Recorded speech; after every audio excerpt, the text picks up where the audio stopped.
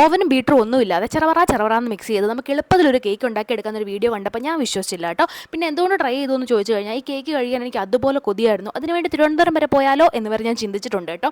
അതേ മാത്യൂസ് കേക്കിൻ്റെ കാര്യമാണ് ഞാൻ പറയുന്നത്. പക്ഷേ മിക്സ് ചെയ്ത് ഈ ഒരു സ്റ്റേജ് എത്തിയപ്പോൾ ഞാൻ വിചാരിച്ചു കേക്ക് കുളമായെന്ന്. കാരണം നമ്മൾ കേക്ക് ബേക്ക് ചെയ്യുന്നവരായതുകൊണ്ട് ഇങ്ങനെ ലൂസ് കൺസിസ്റ്റൻസിയിൽ കേക്ക് വന്നു കഴിഞ്ഞാൽ നോർമലി കരിഞ്ഞു പോകാറാണ് പതിവ്. പക്ഷേ എന്നെ അത്ഭുതപ്പെടുത്തിക്കൊണ്ട് കേക്ക് അടിപൊളിയായിട്ട് വന്നു കേട്ടോ.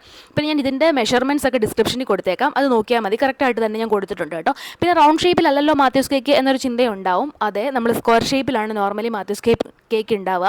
നമുക്ക് യൂട്യൂബല്ലേ ഉള്ളത്, ഒരുപാട് ഐഡിയാസ് ഉണ്ട് ഇതുപോലെ റൗണ്ട് എങ്ങനെയാണ് സ്ക്വയർ ആക്കി എടുക്കുന്നത്. അതുപോലെ ഞാൻ സ്ക്വയർ ആക്കി എടുക്കുന്നുണ്ട് കേട്ടോ.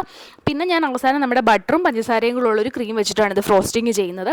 അങ്ങനെ ഫ്രോസ്റ്റിംഗ് ചെയ്ത് എനിക്ക് 100 ഗ്രാം ബട്ടറും 1/2 കപ്പ് പഞ്ചസാരയാണ് നമുക്ക് നോർമലി വേണ്ടത്. ഇതിപ്പോൾ ഞാൻ റൗണ്ട് മുറിച്ച് സ്ക്വയർ ആക്കിയതുകൊണ്ട് തന്നെ കുറച്ച് കൂടുതൽ വേണ്ടി വന്നു. അങ്ങനെ നമ്മുടെ മാത്യൂസ് കേക്ക് ഇതാ റെഡിയായി. ഇത് തണുപ്പിച്ച് കഴിക്കാനാണ് കേട്ടോ ഒന്നുകൂടെ ടേസ്റ്റ്.